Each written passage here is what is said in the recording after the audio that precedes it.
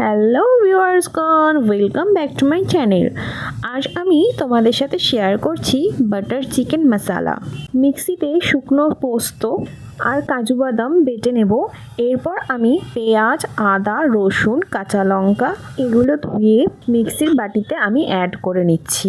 এটা বেটে নেব। এরপরে যে চিকেনটা রয়েছে সেটা আমি পরিষ্কার করে ধুয়ে নিয়েছি। আদা, রসুন, পেঁয়াজের পেস্টও তৈরি।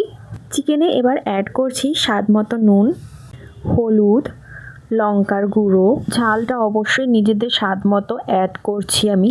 আর যে আমি পেস্টটা তৈরি করে রেখেছিলাম সেটাও অ্যাড করে নেব। আর অ্যাড করছি টক দই।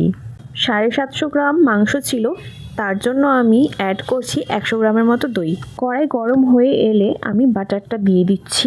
যেহেতু আমি রান্না করছি বাটার চিকেন মশলা, তাই রান্নাটা পুরো বাটার দিয়েই করব।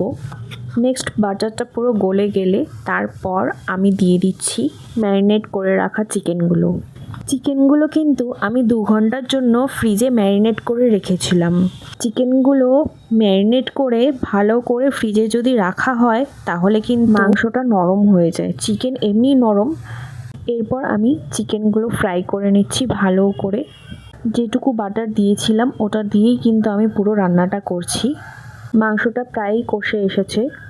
এবার আমি ফুটন্ত গরম জল অ্যাড করে নিচ্ছি। যখন মাংসটা ফুটে যাবে, যেটুকু ঝোল রাখার প্রয়োজন সেটুকুই ঝোল রাখছি আমি, খুব একটা বেশি ঝোল রাখবো না।